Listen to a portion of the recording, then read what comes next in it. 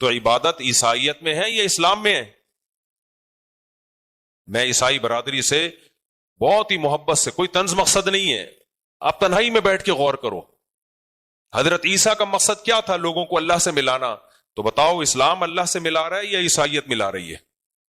کچھ دن پہلے کہ عیسائی مسیحی برادری سے ایک شخص آئے، مسلمان ہوئے، شاید میں نے ان سے ملوایا بھی تھا یہاں لوگوں کو، میں نے پوچھا آپ کیوں مسلمان ہو رہے؟ انہوں نے کہا بھائی ایک ایسا مذہب ہے اسلام جو 5 ٹائم ہمیں خدا کے سامنے جھکاتا ہے، تو عیسیٰ علیہ السلام تو اس عمل سے خوش ہوں گے۔ پیغمبر کا مقصد کیا ہوتا ہے؟ مخلوق کو اللہ سے ملانا۔ دنیا میں کوئی مذہب ایسا نہیں ہے جو 5 ٹائم سورج نکلنے سے پہلے اللہ کی عبادت پراپر طریقے سے۔ ہمیں کیا ملتا ہے بھائی؟ ہم وضو کر کے آتے ہیں فجر سے پہلے، دل کرتا ہے کسی کا اٹھنے کا؟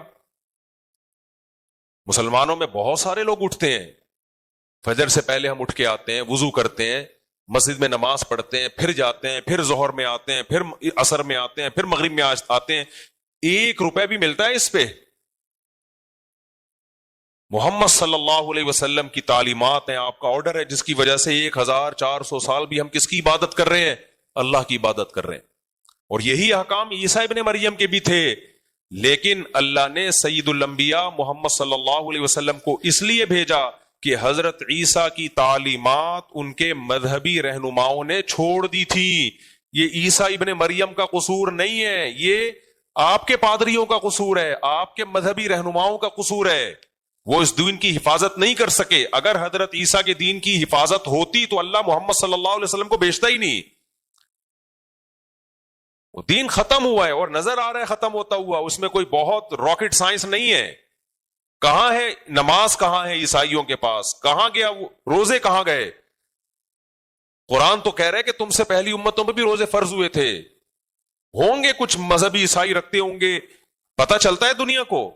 مسلمانوں کا جب رمضان آتا ہے پوری دنیا میں ہلچل مچتی ہے۔ حج کہاں گیا عیسائیوں کا؟ کیا حج نہیں تھا عیسائی مذہب میں؟ یقیناً تھا، اب ہے۔ مسلمانوں کا حج 40 لاکھ انسان جمع ہوتا ہے، اور وہاں پیسے نہیں بٹ رہے ہوتے، کوئی 15 لاکھ روپے خرچ کر کے جا رہا ہے، کوئی 20 لاکھ روپے خرچ کے جا رہا ہے، کم سے کم 11-12 لاکھ تو خرچ ہوتے ہی ہیں۔ اور کتنے دھکے کھاتا ہے وہاں حج پہ؟ بڑے بڑے VIP لوگ، بڑے بڑے آفیسر، بادشاہ، وہ بھی ایک چادر اور 1-2 چادروں میں پسینوں میں گھوم رہے ہوتے ہیں وہاں بیت اللہ میں، اور صفا مروہ کی سعی کر رہے ہیں، اور کیسے دیوانہ وار پھر رہے ہوتے ہیں۔ کتنا ٹف کام ہے حج کرنا، کرتے کہ نہیں کرتے؟ اللہ کے گھر کی زیارت، اللہ کے گھر کا طواف۔ تو بھائی اسلام زندہ مذہب ہے، اس مذہب کی تعلیمات بتا رہی ہیں کہ محمد صلی اللہ علیہ وسلم کو اللہ نے بھیجا حضرت عیسیٰ کی تعلیمات کی تکمیل کے لیے، نیا مذہب دے کے نہیں بھیجا۔ جزیات میں تو اختلاف ہوتا ہے، جزیات کا مطلب قرآن میں یہی بتایا اللہ نے کہ اے محمد صلی اللہ علیہ وسلم، جیسے ہم نے موسیٰ کو بھیجا تورات دے کے، عیسیٰ کو بھیجا انجیل دے کے، آپ کو بھی ہم نے بھیجا قرآن دے کے، اور سب کی تعلیمات سیم ہے۔ سب کی تعلیمات کیا ہے؟ کوئی نیا مذہب تھوڑی لائے ہیں، وہی عیسیٰ ابن مریم کی تعلیمات ہیں جو قرآن لے کر آیا ہے۔ ہاں زمانے کے لحاظ سے احکام میں کچھ فرق ہوتا ہے، لِكُلٍّ جَعَلْنَا مِنْكُمْ شِرْعَةً وَمِنْهَاجًا۔ قرآن کہہ رہے جیسے عیسیٰ علیہ السلام آئے تو کچھ تورات میں چینجنگ ہوئی کہ نہیں ہوئی؟ موسیٰ علیہ السلام کی تعلیمات زمانے کے لحاظ سے کچھ چینج کر دیا گیا ان کو، تو حضرت عیسیٰ کے بعد محمد صلی اللہ علیہ وسلم آئے، بیسک تعلیمات ساری وہی ہیں۔ عیسائیت میں بھی نماز، عیسائیت میں بھی حج، عیسائیت میں بھی رمضان، عیسائیت میں بھی زکوٰۃ، اسلام میں بھی ساری چیزیں، لیکن کچھ چینجنگ زمانے کے لحاظ سے کر دی گئی اس میں۔ تو اس میں کون سی اچھمبے کی بات ہے؟ تو تم اسلام سے اتنی نفرت کیوں کر رہے ہو؟ اتنا اچھمبے کا مذہب کیوں سمجھ رہے ہو اس کو کہ بالکل ہی اتنی نفرت کرتے ہو؟ اور اگر تمہیں نفرت کرنی ہی ہے تو قرآن کے الفاظ دیکھو، قُلْ أَفَأُنَبِّئُكُمْ بِشَرٍّ مِّن ذَلِكُمْ۔ یہودیوں نے تمہیں جو نقصان پہنچایا ہے وہ مسلمانوں نے نہیں پہنچایا، تمہارے پورے مذہب میں تحریف کر دی انہوں نے، لیکن ان سے تم دوستیاں لگاتے ہو۔ آج عیسائیت کا اتحاد مسلمانوں کے ساتھ ہے یا اسرائیل اور یہودیت کے ساتھ ہے؟ بولو. یہودی تو حضرت مریم کو معاذ اللہ نقل کفر، ہمیں تو زبان سے نکالتے ہوئے زبان لڑکھڑاتی ہے، ہماری کانپتی ہے. وہ تو حضرت مریم کو پاکیزہ نہیں مانتے. ہم تو عیسیٰ ابن مریم کو اللہ کا مقدس پیغمبر مانتے ہیں. صرف حلال ہونا تو بہت دور کی بات، حلال سے بھی اوپر کہ عام انسان بھی نہیں بلکہ اللہ کے برگزیدہ پیغمبر. اور یہودی کیا کہتے ہیں؟ عام انسانوں سے بھی درجہ گھٹا دیا معاذ اللہ. وہ تو زنا کی تہمت لگاتے ہیں. لیکن آپ کے تعلقات یہودیوں سے بولو بہت اچھے، جو تمہارے پیغمبر کو بھی نہیں مانتے، اور صرف مانتے نہیں ہیں، جھوٹا نہیں کہتے، معاذ اللہ بڑا الزام لگاتے ہیں. معاذ اللہ نقل کفر ولد الزنا کہتے ہیں.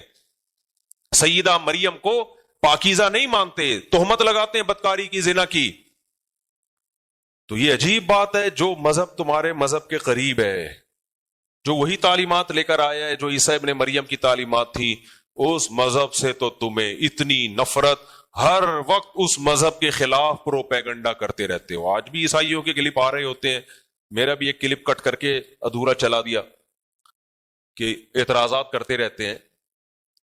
تو اس مذہب جو تمہارا سب سے بڑا دشمن تھا، اور تمہاری اپنی کتابوں میں ہے کہ اس مذہب کے ماننے والوں کو اللہ نے بندر اور خنزیر بنایا ہے موسیٰ علیہ السلام اور پیغمبروں کی نافرمانی کی وجہ سے. من لعنہ اللہ وغضب علیہ وجعل منہم القردۃ والخنازیر. تو ان لوگوں کے ساتھ تمہاری دوستیاں، ان کے اتحادی بنے ہوئے ہو، اور جو مذہب تمہارے سب سے زیادہ قریب، اس کے تم کیا بنے ہوئے ہو؟ دشمن. تو یہ اہل کتاب کو قرآن میں بہت زیادہ خطاب ہے ان صورتوں میں. اور پھر اللہ تعالیٰ نے اس صورت میں کچھ اور احکام بھی دیے مسلمانوں کو، وہ بھی میں پڑھ کے سنا دیتا ہوں. تو یہ عیسائیت والا باب تو سمجھ میں آیا نا. نبی صلی اللہ علیہ وسلم نے خوشخبری دی، فرمایا اہل کتاب میں جو بھی اسلام لائے گا نا اس کو 2 اجر ملیں گے. ایک اجر تو اپنے پیغمبر پر ایمان لانے کا، اور ایک اجر محمد صلی اللہ علیہ وسلم پر ایمان لانے کا. یہ 2 اجر ملیں گے.